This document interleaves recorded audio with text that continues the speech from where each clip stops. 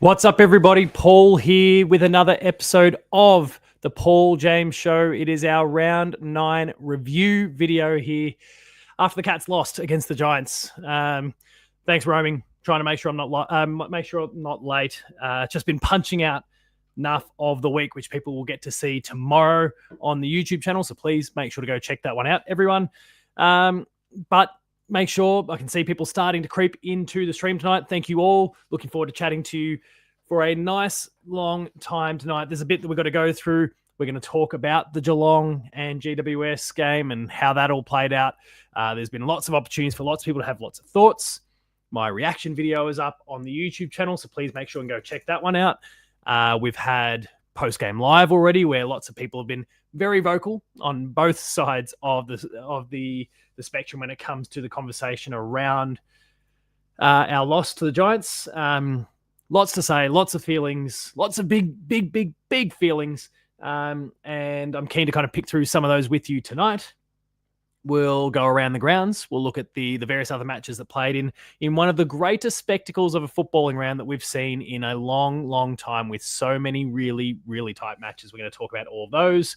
We're going to jump into some Q&A. We've got game of the show, a whole lot more. So buckle in. Hi, Jackie, who's popped in, Renee as well. Looking forward to chatting to the both of you as well. Congratulations to pizza winner from Shannon Pizza, Ben Harris, for best comments, best contributions to post-game live last night. Ben really appreciates that. Promise we're not talking about the same Ben here, and he's not just giving himself a free pizza. And as I alluded to before, enough of the week will be going live tomorrow in the early AM. Go check that one out, where we talk all about, very delicately, the Willie Rioli situation. He is the nuff of the week this week, undoubtedly in my mind, but I've tried to bring a bit of an angle to this and a really constructive approach to this that I hope people will really appreciate in this conversation. Jackie shouts out the Indigenous jumpers dropped. I'm looking forward to talking about that one a little bit later. I've got an awesome little screenshot from the video that they've published that I'm going to show later on. Roaming says he fell asleep before the end of post-game live. Who was it that bored you so much, mate? Was it Ben? I get it. If it's Ben, I get it. I totally get it. I'm talking about Ben Reeve, not Ben Harris, the pizza winner, of course. Everyone might have switched off after our Dark Lord Lucas abandoned the show, or when the show didn't become a dating program. I don't know. I don't know what the reason was for you, mate, but yeah, it was Ben. Good. He's a fucking snooze fest. Anyway, let's get into things a little bit here for tonight and talk all about the Cats' loss, unfortunately.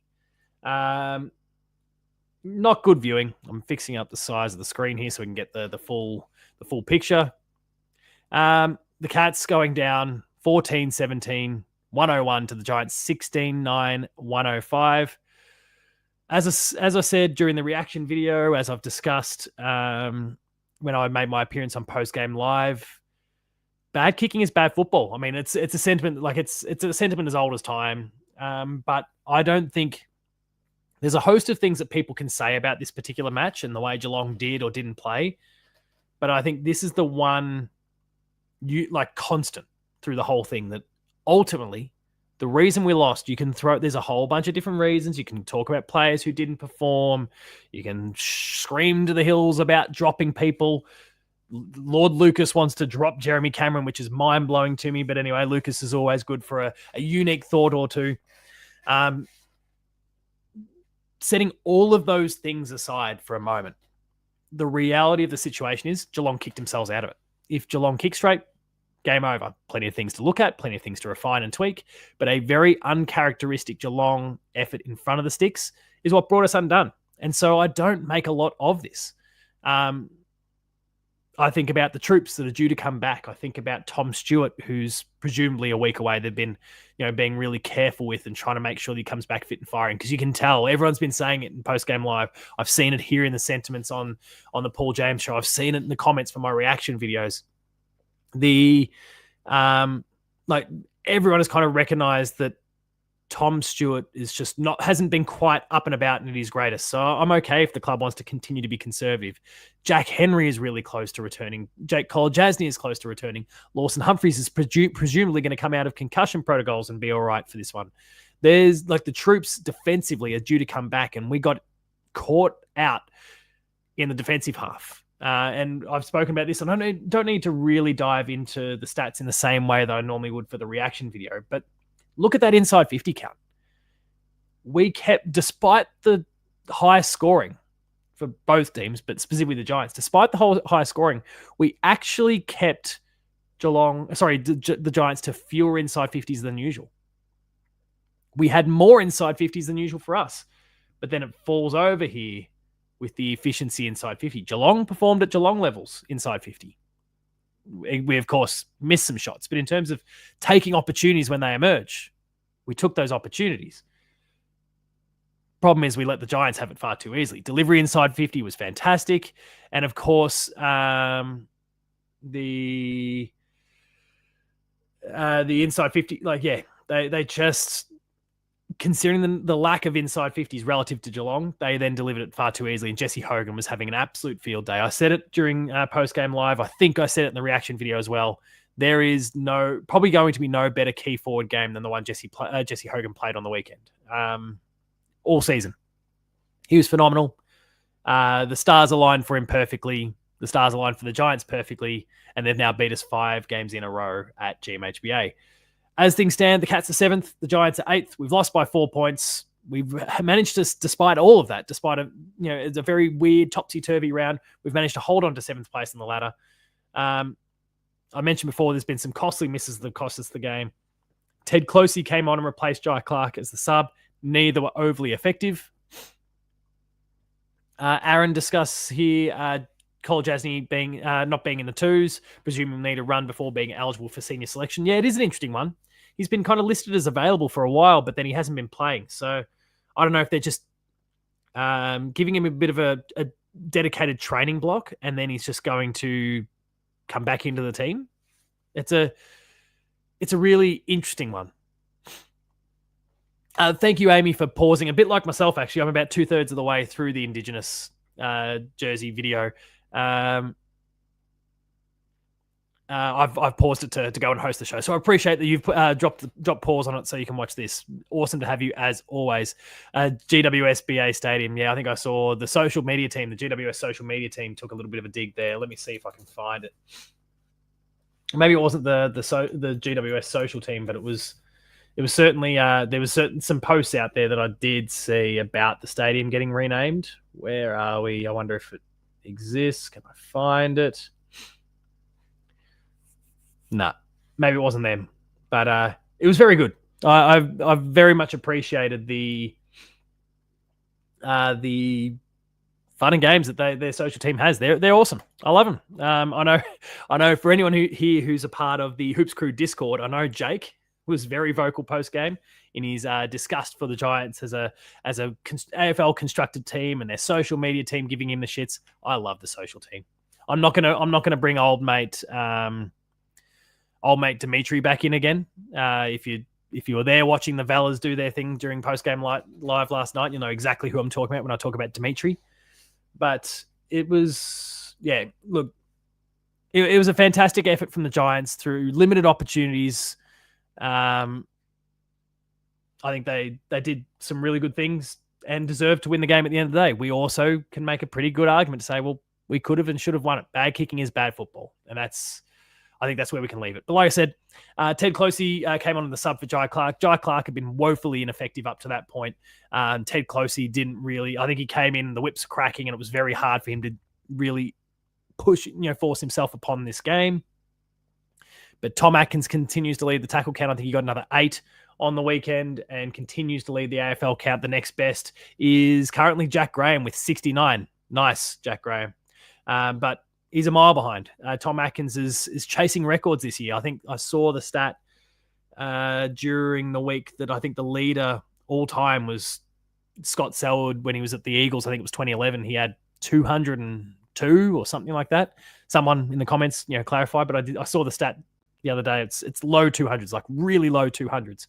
Tom Atkins is on track, well and truly ahead of that figure. So we could be seeing an AFL record from Tom Atkins this season.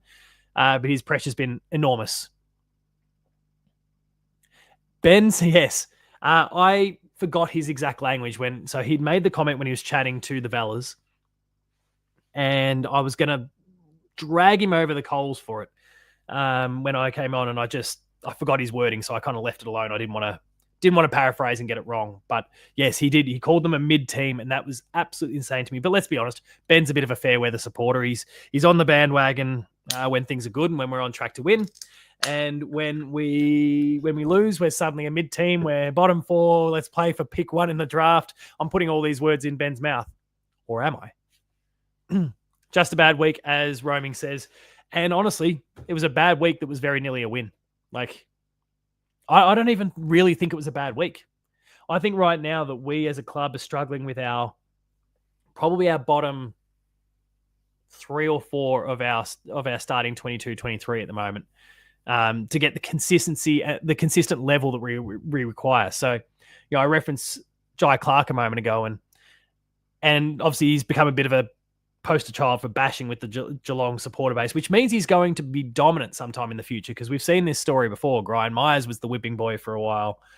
Reece Stanley was a whipping boy for a long time, and then he became a premiership ruckman, and all of a sudden the tone changed a bit and I'm not saying you, the community, I'm not talking about any individuals here specifically, but we've seen players for many years be the whipping child of the fan base and then go on to become big things. And I'm seeing that stink is following Jai Clark at the moment, and I can't wait for him to be the Joel Selwood 2.0 that he was, supposedly going to be when we first picked him up. His body hasn't developed, I think, at the speed that we perhaps need him to be able to match the intensity that he, for example, I was stoked with his game against the Pies. I think most people were. I claimed that was the best game he played. And he I think really brought that same intensity on the weekend. He just couldn't get his hands on the ball. And that was his great undoing. So there was amazing pressure acts. Like, please, people, go back and watch some of the contests in the game. He, really performed well in terms of pressure acts, getting around the ball. He just needs to get his hands on it a bit more, and bulk up a bit more, so that if he's not winning it and he's throwing that tackle, that he nails the person to the ground. He's this close. Honestly, he's this close. I do understand the sentiments about him not being in the team right now, and based on performances like that, you can't defend him in that regard. But I think he is this close. I worry that he's going to be a George Hall-and-Smith that remains this close and never quite cracks it. But I think he's this close to, really properly working out his game. For now, when's Mitch Nevitt available? Let's get Mitch Nevitt back in. He's a gun. Please stop having a crack at him as well. There's some wonderful kids. We are so used to dominant senior players that we're not used to kids who are still developing their game. Bailey Smith was ranked third in average, ranked third in the competition for average disposals. That's 30.8 per game at the moment. He's crushing it. Graham Myers is the 8th ranked cat for goal assists per game at 0.6. And the coaches' votes went as follows. And this perhaps suggests, again, if you look at our top players, we were pretty damn close. Jesse Hogan got the full 10 votes, and there's no disputing that. Tom Green for the Giants with 6, Max Holmes with 5, Mark Blitzarves with 4, Bailey Smith with 4, Finn Callahan with the final 1 vote. There was, plenty of Geelong representation there. I think we had plenty of players who performed at a very, very high level, and we were just let down by our bottom end. Roaming nails it. We have a lot of nearly there players at the moment. And the thing that, we get so carried away because Geelong has been continually doing such a good job. We've always featured in the finals. Or sorry, not always, but for the majority of the last 20 years, we've been thereabouts finals. We made a prelim last year. We are a developing team that is pushing for the top 4, that is pushing for a premiership. This is a massive luxury that we as Cats fans have, to be able to compete so strongly every single year and yet rebuild as we go. And right now, we're just seeing a few more green shoots getting games than perhaps we're used to. And we're, I think, far too critical on some of them. My thoughts. Patience, people. That's all it takes, a bit of patience. We want to see our team win. We are used to seeing our team win. And it is a little bit hard when we don't see them win. But let's give them a bit of time. Lucas says, and this might be important going into the game against Port Adelaide, Travis Boak had 38 disposals in the Sandful. We'll be back for selection. Rioli also trained today. Stay tuned for my thoughts on Willie Rioli a little bit later.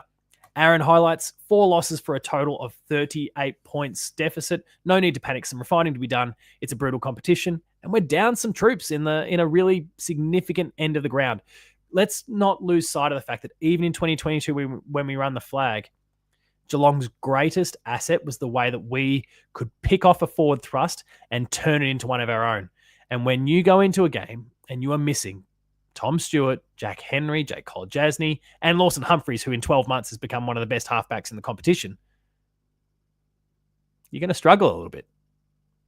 So give it time, people. We get those troops back, we get them fit and firing, we're going to be dangerous. And I think for the most part, that will also address that concern around our bottom 3 to 4 players. Makes it very hard for the likes of Mitch Duncan again, who had a very, very good game as far as I'm concerned on the weekend. But that's a good problem to have, right? Amy says she's sad for Mitch Nevitt, you and I both, that he got injured when he did, was having a good start to the season. Yeah, I thought so too. Roaming says all the Geelong fans like they should be winning all the premierships, should be all be winning premiership players, but they're just a few years away from that. Yeah, I mean, those, yeah, I talk about the green shoots. They are so close. Aaron then highlights Jay Polkinghorne, looks like a future gun. His debut is imminent. Yeah, I mean, he made it onto the emergencies list. He is pushing and pushing and pushing. Got another 2 goals on the weekend. He's been nothing if not consistent. And from a player who's essentially doing now, admittedly, the level of competition is vastly different. But, you know, when we see Jay Polkinghorne pop up and do what I'm looking for from Shannon Neal, which is kick 2 goals a game. He's averaging 8 to 10 disposals, but he's making those 8 to 10 count. It's what you want to see. He's doing a very Ollie Henry sort of thing right now when Ollie Henry's up and about. Let's look at the next 4 weeks for the Cats. We've got, as Luke has kind of highlighted or teased a little bit with the commentary there around Travis Boak, we've got Port Adelaide this week at Adelaide Oval. Expect to see him and Keary at the ground this weekend. Looking forward to maybe, especially if we get a win, seeing some around the grounds commentary from them. It'll be good fun. We then play the Dogs at GMHBA. There's a bit of spice to that one with the recent comments between Bailey Smith and Marcus Bontempelli, star of the Nintendo Switch 2 ad, Marcus Bontempelli. We play West Coast, maybe an opportunity for us all to exhale just a little bit. We play West Coast at Optus Stadium, and then Gold Coast at GMHBA. Thankfully, we're not going up to the Northern Territory where we can potentially have to relive that trauma of last year. No, we've got them at GMHBA, so we'll see how that one goes. But, you know, still 3 out of 4 very, very difficult games, or, you know, 2.5. It depends on what Port Adelaide we get. But some really difficult games over the course of the next month. Still, I'm waiting for that reprieve, but I just don't see it coming. When do the easy games come along? When do the easy opponents roll along? We get West Coast, then but that's sandwiched by the Bulldogs and Gold Coast. Come on, give us a spell.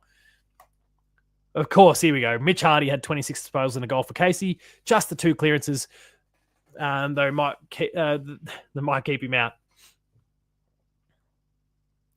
Oh, now look at this. Roaming starting to pull a Ben here with some wheeling out the rule book. Rule number 586. No talking about the Gold Coast versus Geelong game at TIO in 2024. Good point. What was all the rugby markings on the ground? Who played there recently? Oh, so Aaron, you mustn't be aware. There was a movie being filmed at GMHBA. The club couldn't even train there. So this was all NFL paint, like lines and stuff for the NFL. There was a movie being filmed there. The club didn't train on the ground. The whole space was kind of cleared out. There was filming for a movie going on. So that's now done. But you could obviously see the remnants of the paint, the lines painted, and all the work that was done to it.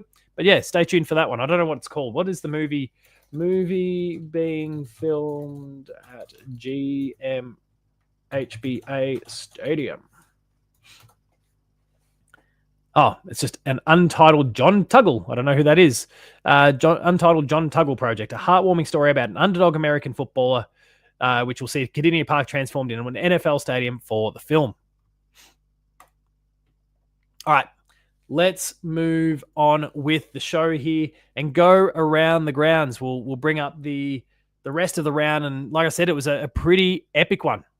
There was lots of really thrilling results. There was some stat that was like the closest round of football in about 50 or 60 years or something ridiculous like that.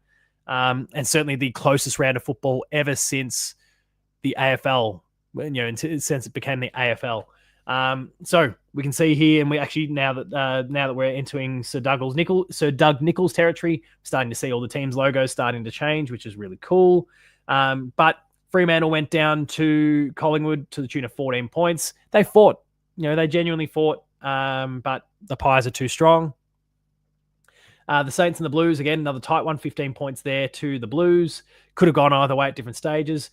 Hawthorn, a 35-point win, doesn't highlight how competitive Melbourne were for a very large portion of that game. And again, I'm going to focus on this one for a second. If you look at the Worm, come on, where are you?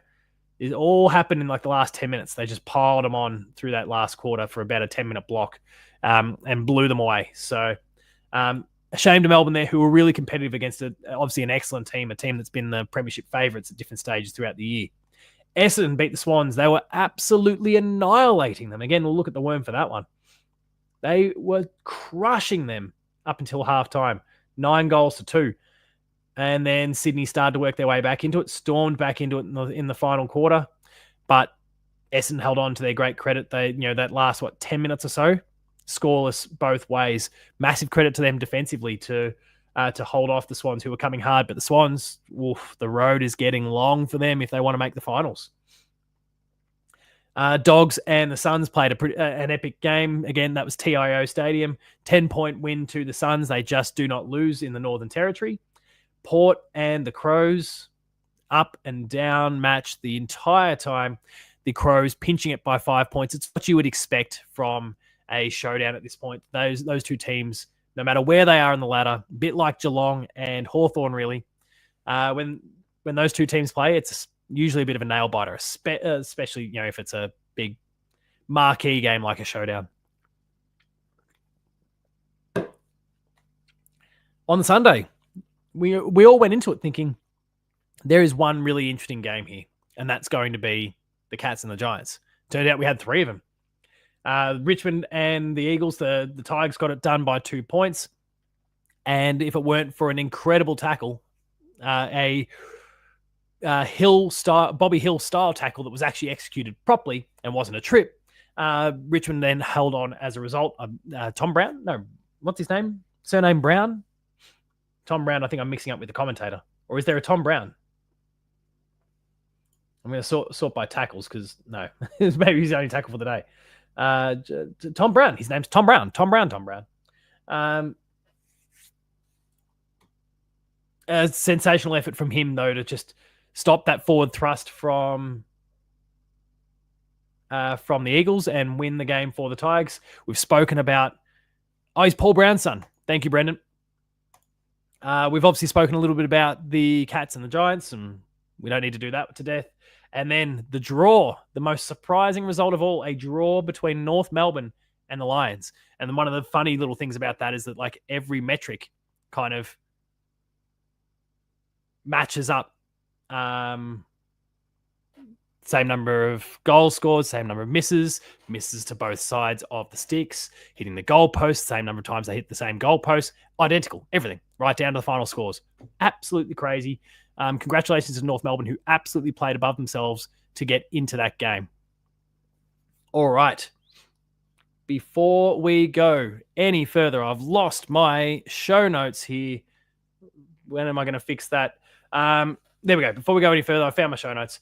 Let's talk about the VFL, where the Cats went down to the Giants to the tune of 32 points there. There was a big gulf in the teams in terms of the ladder, and that got exposed in the end.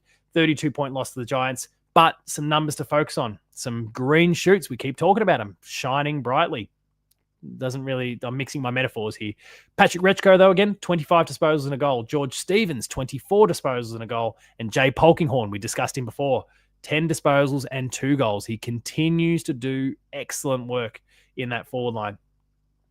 The VFL women team lost by 49 points to Sandringham. There was no AFLW listed players in it, and we are now 0 from 4 in 2025 there.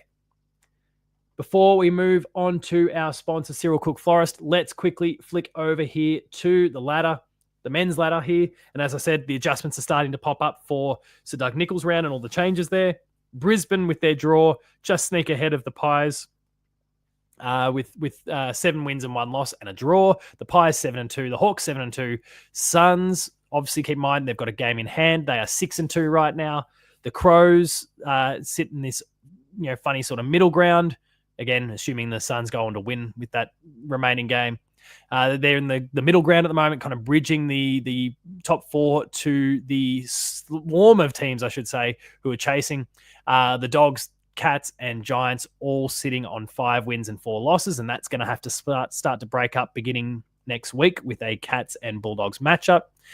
The Bombers, Ben keeps talking about him. He talks about their winning record. In fact, I'm going to quote a message for you here.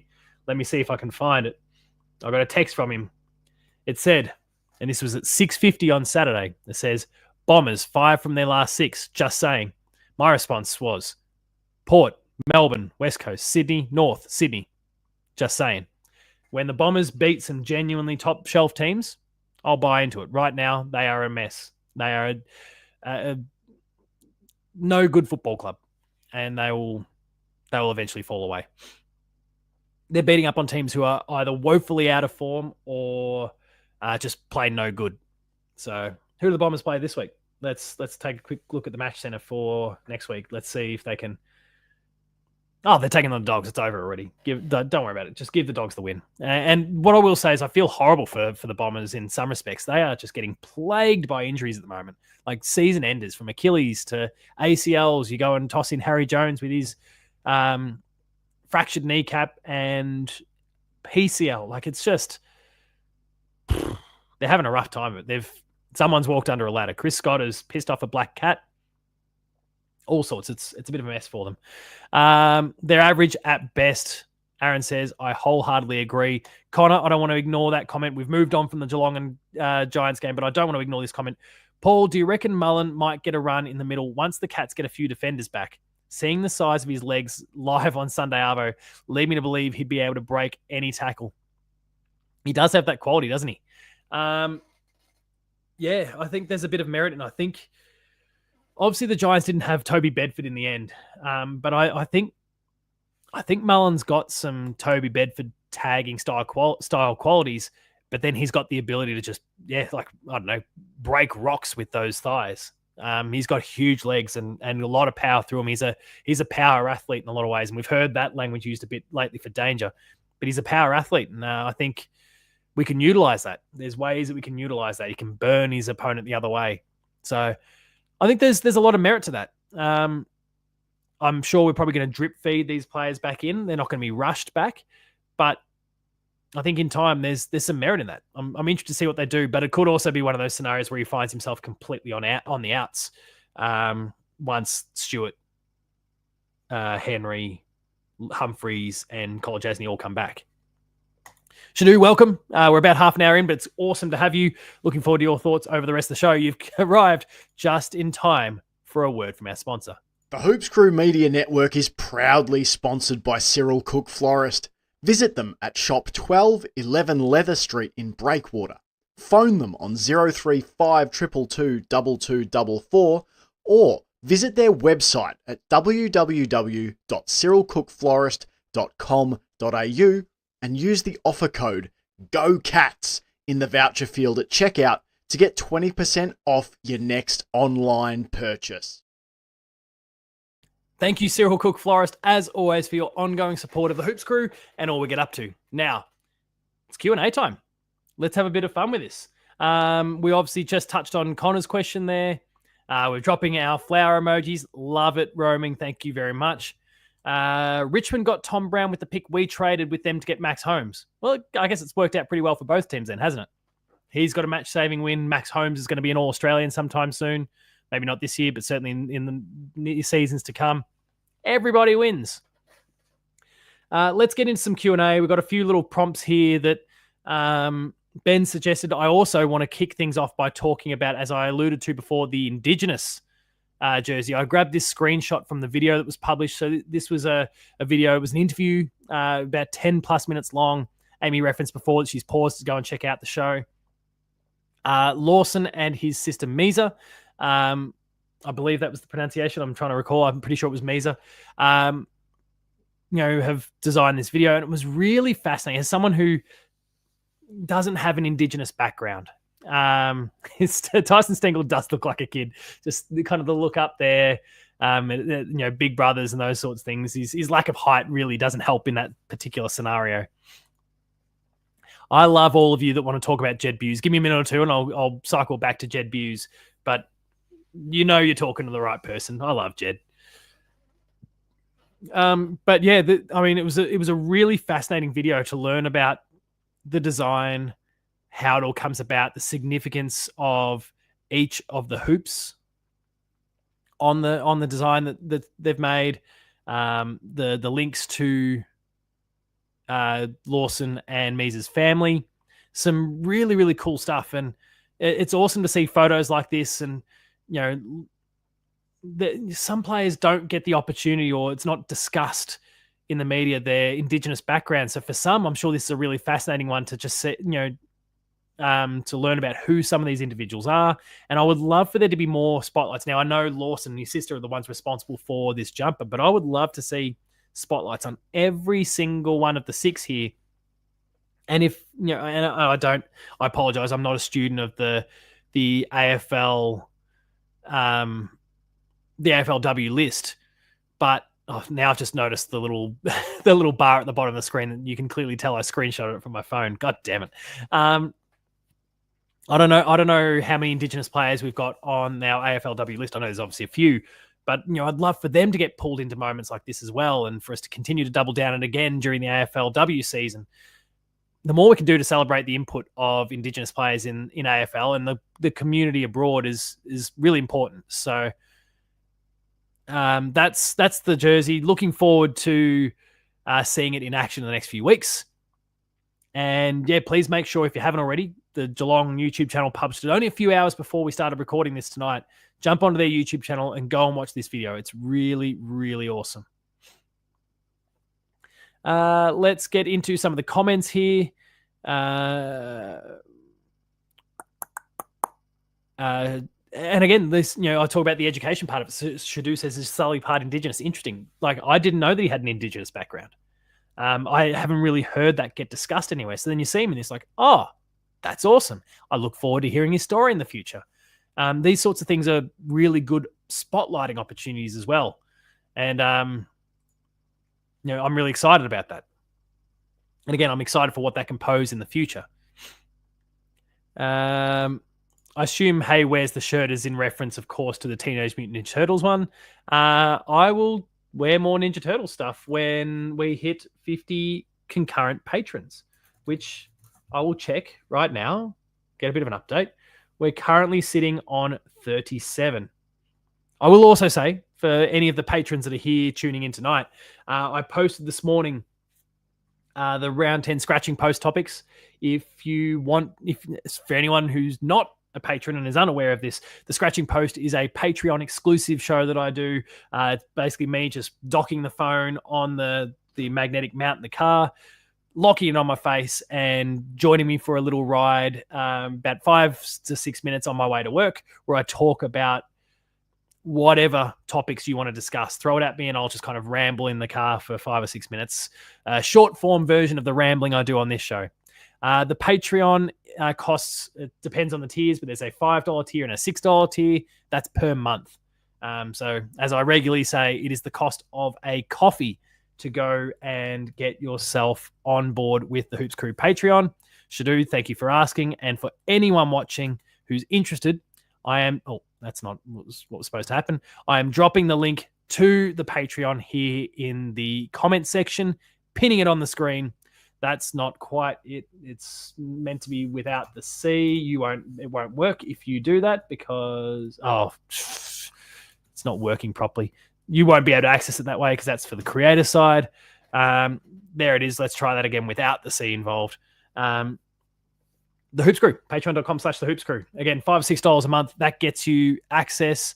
And the patron, so 65 members, that includes all of the free patrons. Just to be clear. So like I, for example, am a free patron. But there's no, like, anyone who's at the free tier doesn't get access to the Scratching Post, doesn't get access to the extended versions of the Chaps Chat Cats show. And to give people a bit of perspective on that one, I wasn't really planning on diving into like plug mode here because it feels feels a bit yuck sometimes. But to give people so Jake, for example, has the twos. That's his, and people saw it. We kind of published it for a while on the channel during the preseason. It was, in the early stages of the season. It was received really, really well. Jake's VFL show, where he looks exclusively at what's going on in the seconds, that was there on the channel publicly. That's now that went back behind, because that's forever been a patron only product. That went back behind the paywall there for people to access. You've got, as I mentioned, the scratching post, the Chaps show, just to give people a bit of perspective on the Chaps from last week. Their show that went live for everyone and has been consumed by hundreds of people already. That show went for an hour and 10 minutes. Those of you who aren't patrons proceeded to miss another 47 minutes of the Chaps Chat Cats doing their thing. Just talking all about the game in even greater detail for patrons. So there's a couple examples. There's the extended content. I've mentioned the early access content. There's lots of early stuff that goes early access on Patreon, as it does for YouTube members. And also there is the exclusives, like the scratching post and the twos. So, and we're looking to provide more. We really want to kind of take the ideas that the community have and build that one up. But enough about the Patreon for now. Shadu asks, Q&A, do we roll with SDK down back long term now? Try him in the ruck. I feel like he isn't comfortable anywhere. No, I think until this game, I was delighted with him in defense. I thought he was very close to his best in 2022. Oh, geez, I can see Ben in the show notes editing things as we speak. That messes me around a bit, but okay, thank you. Actually, I do appreciate that. That gives me all the stuff for the outro at the end of the show. No, I think Sam DeConing's been doing a great job defensively. He just had a poor one this weekend against Jesse Hogan. He didn't have the support around him. And Connor, you have nailed it just as I was about to go there. The body language and the confidence gives me the shits about Sam DeConing. It is it's the thing that upsets me the most about the way Sam DeConing plays. I can get over a bad game. It happens to the best of players. But when you start carrying on like a pork chop and spit the dummy a little bit, get a bit sour, the body language starts to drop, that's the thing that annoys me the most. And he needs to look at that side of his game. It's very visible. And body language is infectious. He needs to fix it. It's a negative influence on his teammates. It's a negative influence on the crowd, and they're trying to help lift you as well. When people see you dropping the shoulders and not running to a contest when you can at least, even if you don't think you're going to be able to make it, you throw your all at every opportunity. And there was just a little bit of that was lacking on the weekend, and we've seen it before, and I don't want to see it again. Sam, I'm looking you down the camera here. I don't want to see it again. Roaming asks, Q&A, which three players would you drop right now or would be close to getting dropped? I'm glad you put that little extra disclaimer on the end here, because that is tricky. That said, there's players I've been defending for a while. There's others I've said, right on the fringe, I guess. And I'd like for you to clarify while I'm chatting a little bit here, but is that pending the availability of everyone? Or if Tom Stewart, if Lawson Humphreys, if Jack Henry, if Jake Cole-Jasny, if they're all free, who am I dropping? Because that obviously does have a little bit of a bearing on my answer here. But right now there is, we've got to get back to Jed Buse. There is no way that I'm dropping Jed Buse. I have said for 12 to 18 months now that Jed Buse is a necessary player in our defense. He has speed like no one else in our defensive end. And he has the skills to be able to handle the Toby Greens when they go his way, or, and that's more of a typical crumbing forward who can then also, deal with the Charlie Camerons of the world who've got crazy speed. I want Jed Buse in the team, and I want him to remain there. And he was huge for us when he came back at the end of last year. And he played a pretty good game for us on the weekend too. So Roaming nails it. He's a lock. Lock him in. But let's talk about, I guess, the clarifying point there. This is on the assumption that everyone is available. So I guess we're talking about 4 players in my mind who are must plays. So when I then turn and look at our team and I try and work out who it is that needs to fall out, it's pretty hard, actually. So Jai Clark is one. Our 23rd on the weekend was Ted Closey. I think he's going to be huge for us in the future. But if we're trying to chase a premiership, and this is what I'm, this is, I guess, another little disclaimer. If we are committed to the bit, we are chasing a premiership, and it is not all about development. We haven't given up on that dream, which Geelong never kind of gives up on that dream these days. Then Ted Closey's out as well.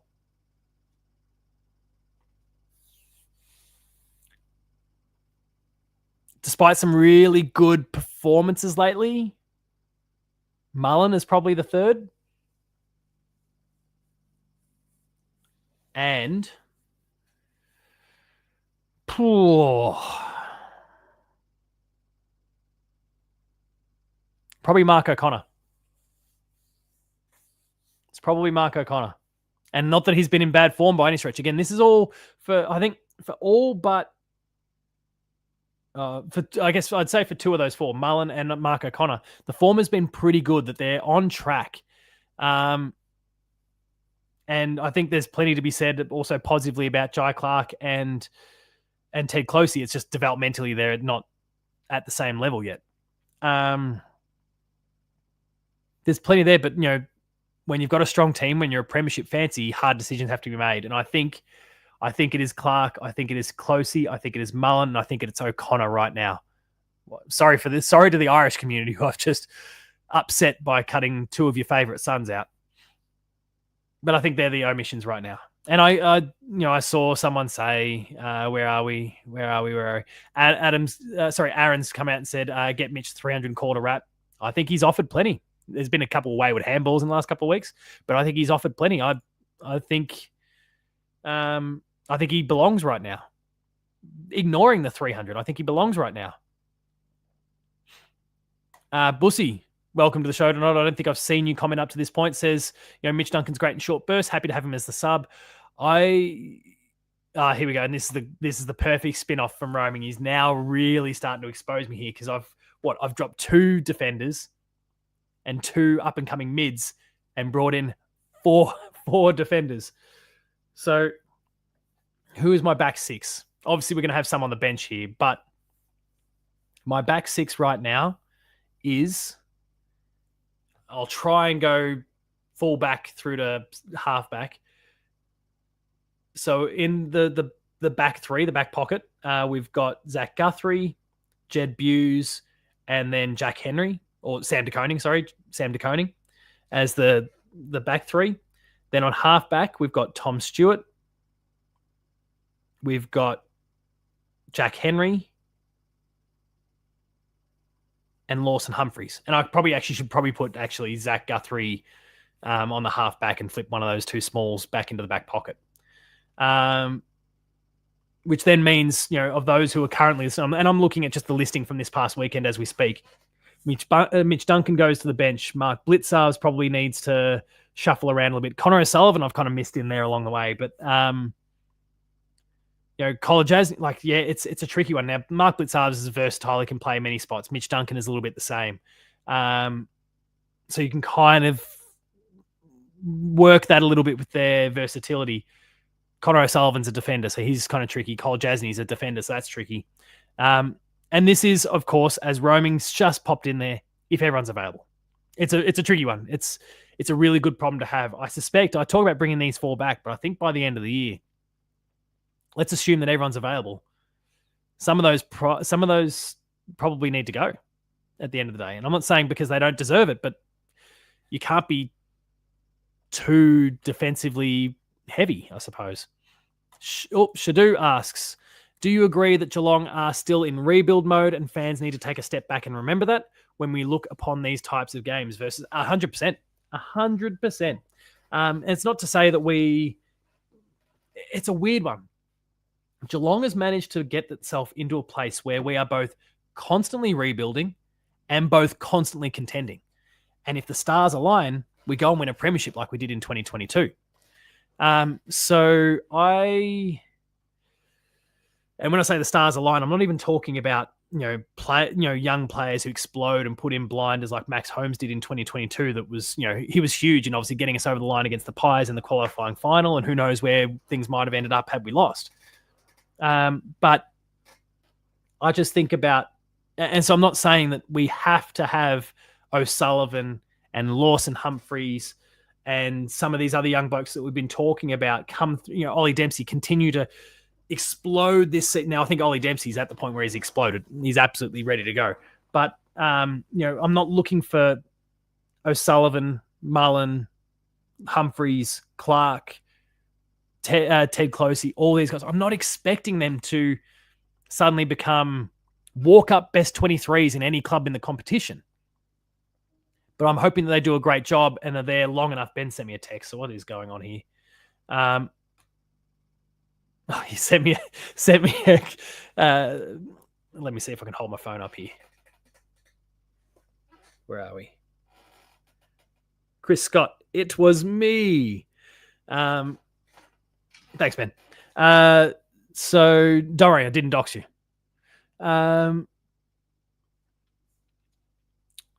Yeah, we don't necessarily need them to explode to win a flag, but geez, it helps. And that's the rebuild component. Or at the same time, we've got these incredibly experienced players who've been there and done it, and are walk-ups in any team in the competition for the most part,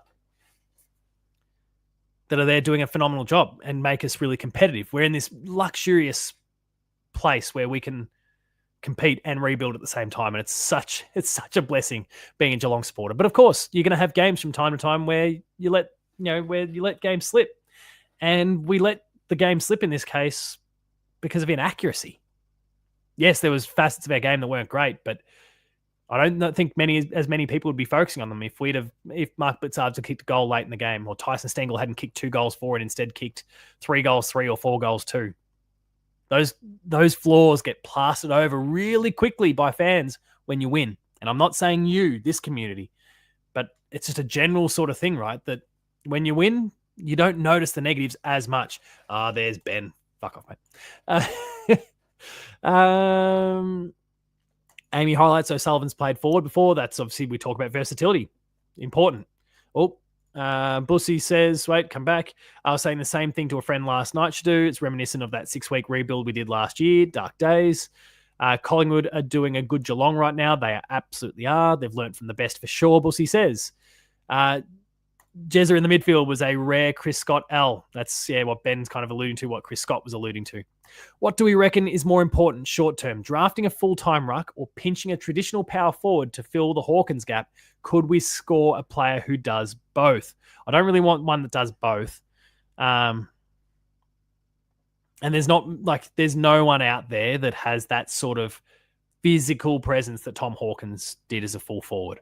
We are talking about the more atypical model of a current day forward, which is a bit slimmer than Tom Hawkins ever was. Strong, by no means weak, but I don't know who we're going to get that fits that bill. There's not many key forwards in the market right now.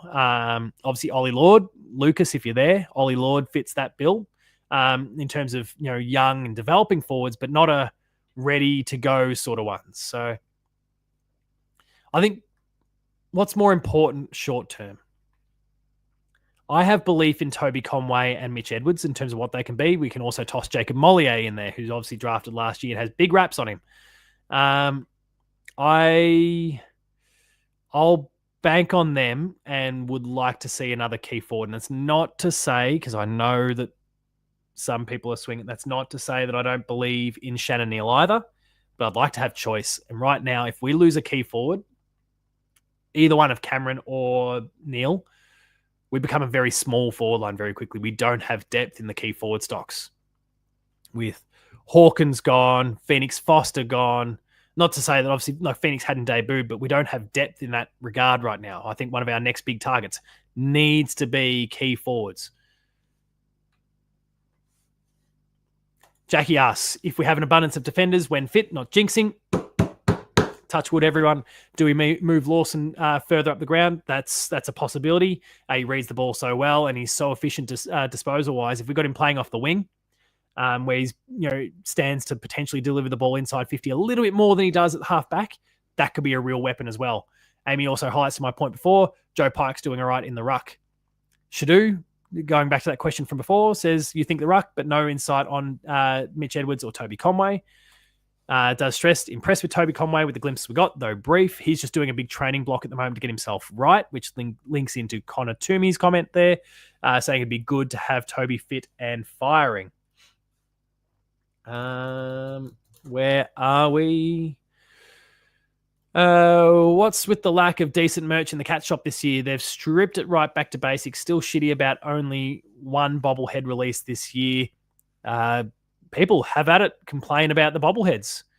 Whose bobblehead should they make next? Connor O'Sullivan or Lawson. Give us a Lawson bobblehead. Roaming, I guess to the point before, he's doing a training block at the moment to get his body right. What do we got here? Round 2023 against the Doggies was a revelation. Seeing Conway play on English. We just re-signed him, hoping his body comes soon. I believe in Toby Conway. He can have a long career with the Cats. Just got to get his body right. Magnus says, throws a whole lot of names at us, but I've missed why. That's a lot of Geelong players. Guthrie, Henry, Jed Buse. Is it? Oh, hang on. Is this?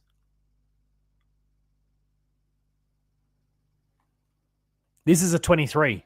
1, 2, 3, 4, 5, 6, 7, 8, 9, 10, 11, 12, 13, 14, 15, 16, 17, 18, 19, 20, 21, 22, 23.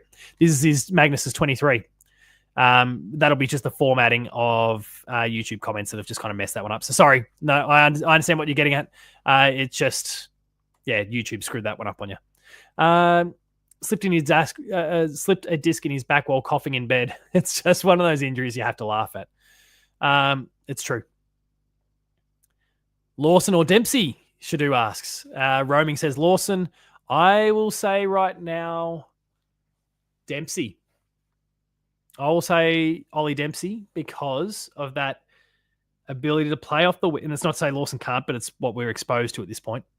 Ollie Dempsey's ability to play on the wing, but then he's got that forward craft. He goes back and defends. He competes in the defensive end, then burns you the other way, slips out the back of a contest, has the aerial ability. He ticks so many boxes.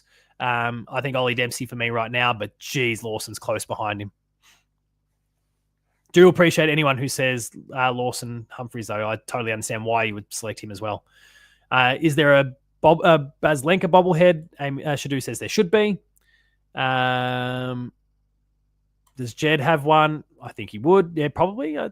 This is a good one. Any thoughts on Max Holmes' best position? Would love to see him starting half forward for a mix-up. Has a vicious boot on him, milling around the 50. I think the thing that Geelong is, I guess, mindful of with Max Holmes at the moment is that if he plays forward of the ground, he's got to run away from goal to get it and then try and turn to then try and break the line. And the chances of you succeeding in that are limited a little bit because you've got this flood of players coming from behind, this flood of players pushing up on you. You don't get the opportunity to then utilize his greatest weapon, which is his speed. His kick's pretty impressive and long too, but his speed is his greatest asset. So Geelong will, I think, be more inclined to either play him right in the guts where he gets the ball on the outside and takes off, but is still more than willing to compete on the inside, or off half back where he can get that connecting handball and take off. I don't think we'll see a scenario where Max Holmes is playing in half forward, not until maybe he's at a danger sort of stage of his career and, can kind of go and play that power forward sort of role. But that's where I think we're at with Max Holmes right now. I totally understand the rationale and the thinking, but I think we lose a bit of his greatest asset by playing him there because he doesn't get the space to do what he needs to do. Just my thoughts. All right, let's jump into some of the other Q&A, some of the other prompts that Ben provided for us. He said, should the siren be turned off if scores are level at full time? No centre bounce, next score wins. Comments, let me know what you think. Do we have a next score wins? Do we need to do away with the draw? For my mind, the answer's... Are we here for the... I'm trying to work out. There's two very clear sides in my mind here. Are we here for the spectacle, the entertainment, or are we here for the purity of the game? Purity of the game is the draw. Spectacle gives us extra time.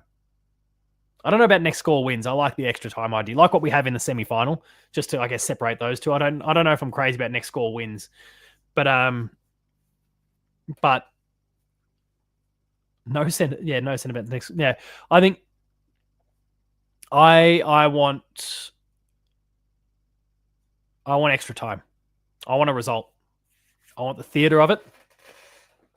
I would love... It's obviously such a shame that we didn't get that in the 2010 grand final, because the Pies would have lost it, and the Saints probably would have won. A ball bounce would have meant that the Saints won anyway. Yeah, I'm kind of of the mind that I'd like to see extra time, but I can see, Connor saying keep the draw. Shadu says keep the draw. Jackie says keep the draw. Bussy says keep the draw. I know, and I understand it, and I appreciate it, and I don't argue anyone who wants that, because there's a lot of me that also wants that too. But I kind of want to spice things up a little bit. I like the theatre that comes with it too. What I'm not keen on is... Sorry, roaming. What I'm not keen on, is the shootout idea. I'd love to just see continuation of the game, 5 minutes. And if we are still locked up, we go 5 minutes again. We're playing an endurance game these days. Make them endure. Can Bailey Smith catch Nick Dacos to win the 2025 Brownlow? It was another prompt from Ben. Yeah, absolutely. Why not? Shadu says we got Messi. We would win those. That's a reference to the shootout. That's a fair point. But yeah, I've got no doubt in my mind that Bailey Smith can catch Nick Dacos and win the 2025 Brownlow. What's he, like third in the Brownlow betting at the moment? He's flying along. And it makes sense too. Another question. Oh, chat. Let's see. Ben did this, just to be clear. Ben did this. Oh, second, Shadu clarifies. Second in the Brownlow betting at the moment.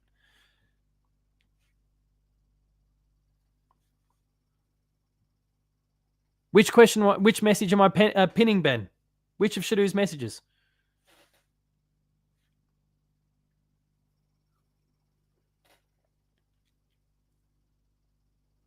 Oh, he wants that one. No.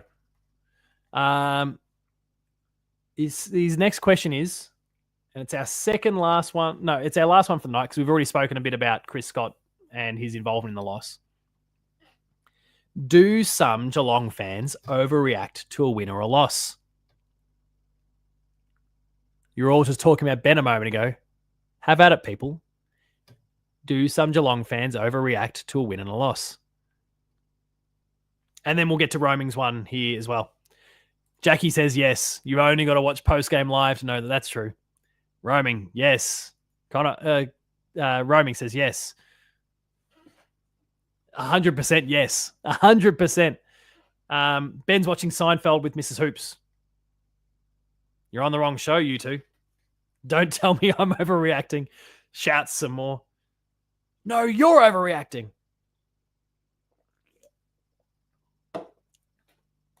I think you're right. Shadu.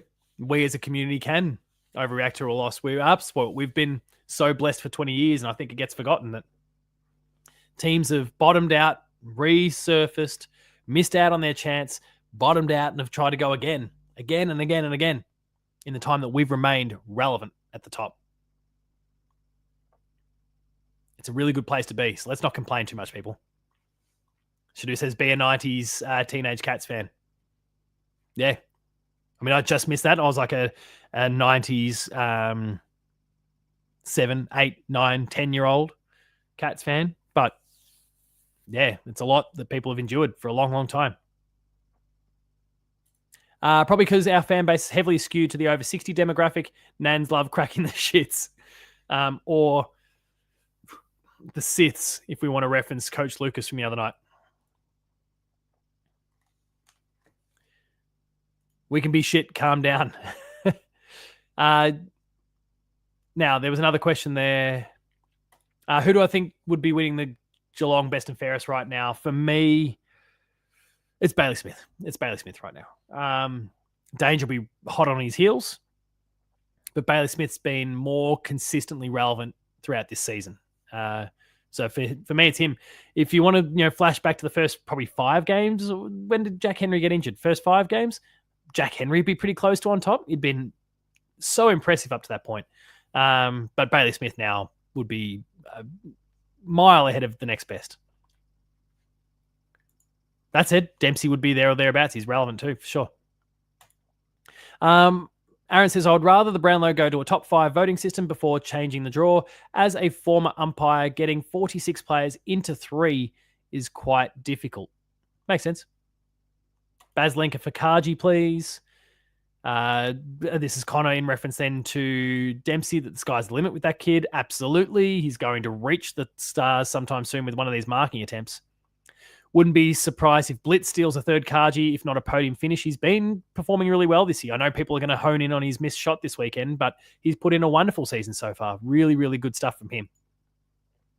Jackie says, Bailey has been so damn impressive. I thought he was good, but damn, he's been fantastic. He has been in 2021 finals form, and it's been 9 weeks of it, or 8 weeks because he missed one. Does Teddy Bear Closey walk if he doesn't get more game time in 2025? No, I think he's been... No. He will see the opportunity that's there.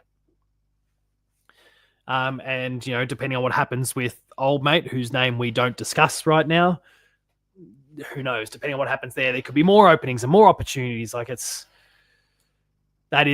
what it is right now. We have to wait and see what happens there. But, that provides opportunity too. There's a void that gets created from a player who absolutely would normally be in the starting 23. Which need to prevent Baz from getting suspended. Makes sense. Easy peasy.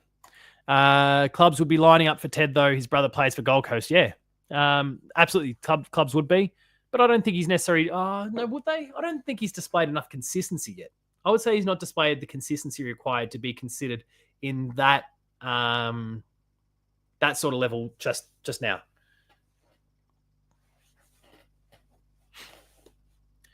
Jackie says, old mate, he and Guthrie are massive holes that the coaches have had to deal with. Absolutely. It's been a really tricky situation. Hi, Spartacus. You're coming in with probably the final 5 minutes of the show, but it's awesome to have you. You missed post-game. Look forward to having you back for next week. And fire your shots. We've got about 5 minutes before I wrap this one up. So whatever you've got, share it with us. Keen to hear from you tonight. Ben says he was filthy that you weren't there. So he's not bitter at all.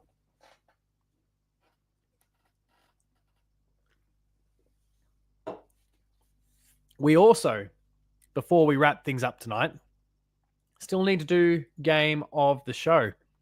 And this time, I don't have a trailer.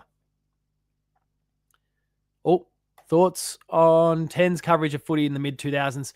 Love the 5th quarter. There is no better time for AFL football coverage than the period when Channel 10 was on board. So good. From before the bounce and after the bounce to the 5th quarter to the commentary to, of course, Holy Grail being played, some of the ads they put together. Oh, that 2002 to 2007, 8, 9, like whatever that period was, they had them. Goated coverage. Absolutely loved it. Oh, and then Connor says, Channel 10, goat. It was awesome. All right, let's get into game of the week. Like I said, I don't have a trailer this time. I have something else that I want to spotlight. It is called, and I'm having to go to a blog post here to be able to highlight it. Come on. Don't... Oh, I hate this platform sometimes. Let's try that again. I'm going to unshare it. I'm going to try again.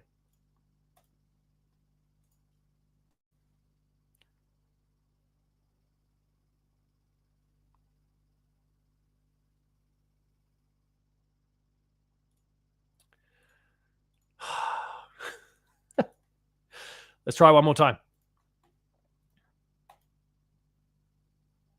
Please just work. Please. There we go. No, why did you go? We're talking about the Gears of War Reloaded remaster that's coming. Doesn't want my publicity. The Gears of War remaster, which is Gears of War Reloaded, is coming to PlayStation. Now, let's not lose sight of the fact that this is a long-time Xbox franchise. Debuted in 2006, 2005 with the Xbox 360. And was absolutely jaw-dropping. It has one of the greatest trailers of all time that I cannot play because of live licensed music. But please look up the Mad World trailer for Gears of... Oh, sorry. If you just want to see a minute of beautiful art, please go watch the Mad World trailer for Gears of War. And I hope it gets replicated or recreated, for Reloaded here. That'd be awesome. But it's been in this long-term Xbox franchise, and Xbox in this day and age where they're shifting everything over to PlayStation and PC, Gears is coming to PlayStation and Steam in summer, our winter, August 26, 2026. They've got some screenshots here for some side-by-side that shows your 360 version of the game, the Ultimate Edition that we saw maybe 10 years ago now, and then, of course, the Reloaded version. 4K, 60 frames per second. In multiplayer, you can play at 120 frames per second. The technology behind it is absolutely sensational. Excited to check it out. Look, it's a similar sort of deal. Absolutely crazy good. Where are we? Connor's just backing me up a bit here. Such a ripper game. How good. Cats Talk and Gears of War. Doing the Lord's work here at the Hoops Crew. Spartacus asks, am I playing AFL 26? If you haven't checked it out already, I've got a video on the Hoops Crew channel, which was literally my very first game in AFL 26. And it was against the Hawks. I went for a play now match, jumped in against the Hawks, and it was a cliffhanger. Please watch it, people. It ended in spectacular fashion in a way that us as Cats fans will all very much appreciate. But what I will say is that I, this week, am planning to write my review, player2.net.au is where you can see that, for AFL 26. And I'm also going to put together a video review of the game for the Hoops Crew as well. So stay tuned for both my written review and the video review here on the Hoops Crew within days, I would say. I've just got to kind of carve out the time. I want to write the review for the Player 2 because that's where my main commitment for the game resides. But then we'll absolutely get that. And what I will say, not that the bar was overly high, way better than AFL 26. Sorry, than AFL 23, I should say. Massively improved product. But yeah, game of the show for this show is Gears of War Reloaded. All right, let's bring it home. Thank you to everyone who has tuned in tonight. Very much appreciate it once again. I'll be watching it, Paul, play Giants and get Geelong the W. I might have to. I'm working my way through management mode at the moment. And I'm midway through a game at the moment. I had to pause it to come out here. Who was I playing?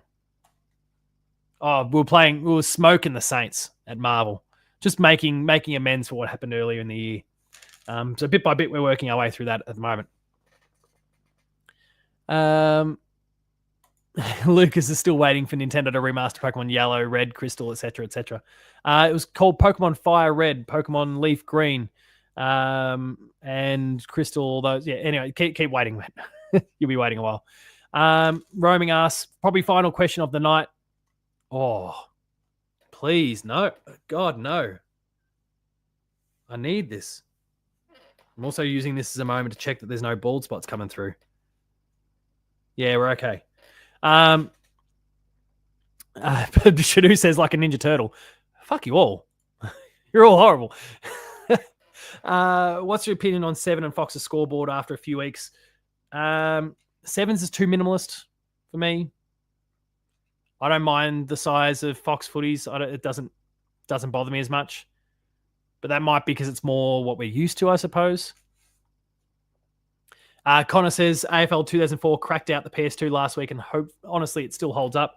I don't have a copy of it anymore. A lot of my old PS2 games are gone, but I did a little transaction with someone recently, several actually. I tried to get an old broken PS3 working. It didn't work. It had the yellow light of death. It was my backwards compatible console. I want to cry because I don't have something to run my PS2 games and stuff at the moment. But he today actually via his father, this guy's like my age, but via his father did me a favor. He's from Craigieburn, passed on to his dad in Sydenham.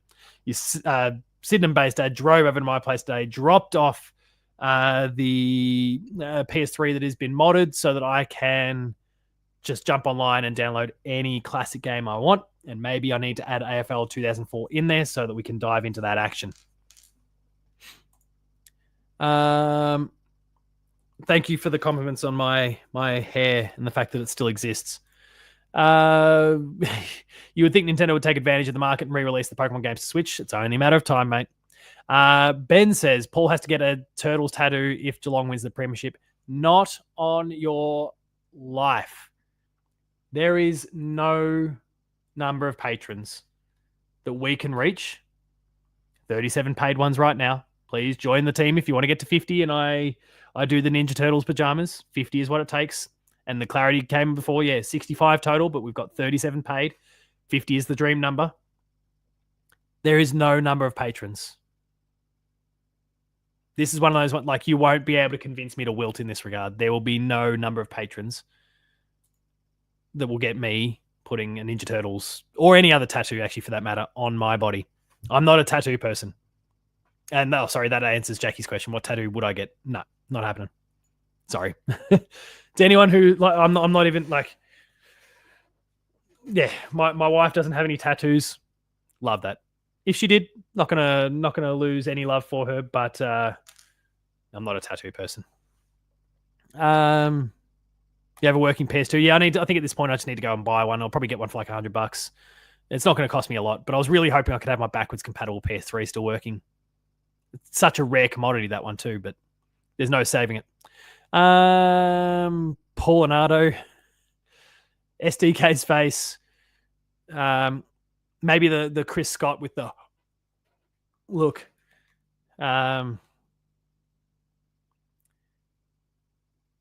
More members than rules, Ben, and he will. Ben will do it. Tattoo should be a turtle giving the finger. Tattoo of Mitch Hardy profile photo on my back. All right. On that note, we're going to wrap things up.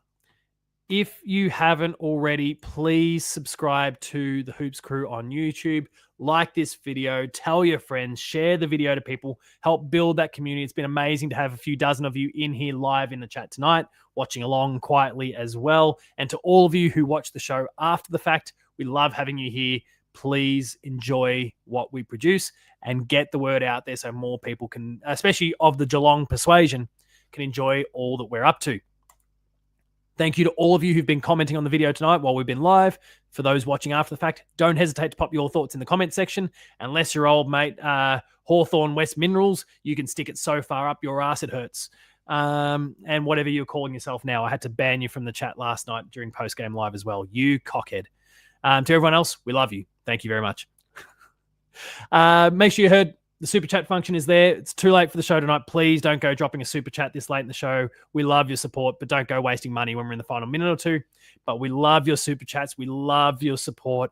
We promote you. We celebrate you. You're all amazing. Thank you all very, very much. You can follow me on Instagram, Twitter, and Blue Sky at Paul James Games. Thank you, as always, to our sponsor, Cyril Cook Florist. And as I've shouted out a few times tonight, our Patreon community. There is 37 of you there, fully paid up and doing amazing work, helping to support what we do, helping grow the community. We love having you on board. We hope that we are delivering a product that you really appreciate. Again, there is exclusive content that is the likes of the twos, that is the scratching post. There's extended content like the extended versions of the Chaps Chat Cats. There's, what have I done? I've done exclusives, extended. There's early access to content as well. Heaps of good reasons to become a patron. And again, to anyone who is a patron of the Hoops Crew, please make sure I've put the post up there about the scratching post for this week and your topic ideas. If you've got conversations like things you want me to discuss, please respond to that. That topic section is open to free members as well, like unpaid members as well. You just need to drop your thoughts in there. I'll make the video out of it, and it'll be a thing there for paid patron members afterwards. Thank you, as always, to everyone tonight. Checking the comments now because I've been there with all the graphics for a second. Let's see what we've got. Spartacus will see Ben tomorrow. Oh, let me bring up my lower thirds here. See you tomorrow, Paul, Bussy, Shadu, Jackie MC. So many amazing people. Thank you all for having come out tonight. My God, no. What's that a reference to? Oh my God. Nude run across Adelaide if we win the flag. They better win this week or fists will fly. This can't be put on YouTube. I closed the comments for like a minute so I can go through all the media assets to wrap up the show. And in the meantime, Lucas threatens to get his dick out. Can't trust you lot with anything. No, Jackie, thank you very much. All the commentary around Lucas is awesome. JL's getting in on it. Lots of good nights. Don't forget to like the stream if you haven't already, please. Thank you very, very much. Amy, Spartacus, join the Discord if you haven't already. Shadura, I will, just busy at the moment, but I'll get there. Looking forward to having you there. Jed is the GOAT. Good night, everyone. Thank you. Bussy, as always, thank you for coming on board. Lucas can show them Doodle Cam. He can only post that on OnlyFans. Lucas, it's my first time on here. Bullshit. Bullshit. Thank you all, as always, for coming on and enjoying this show with me. You're an amazing community. I look forward to chatting to you all nice and soon. Until next time, check out Enough of the Week when it goes live tomorrow. That'll be nice and early. The chaps will go live at 6 p.m. tomorrow night for their weekly episode. And again, patrons, you'll get the extended version of that if you go check that one out. On Wednesday at 5 p.m., Ben returns with The Tipping Point. Thursday is the Paul James Show once again. Saturday, 8:30 p.m. live is Postgame Live. And Ben, you thought you had me fooled. It's not happening. Sunday at 8 p.m. is the Paul James Show once again, not the TMNT Show like you've said. Thank you all once again. Remain Geelong strong, and I'll see you later. Go Cats.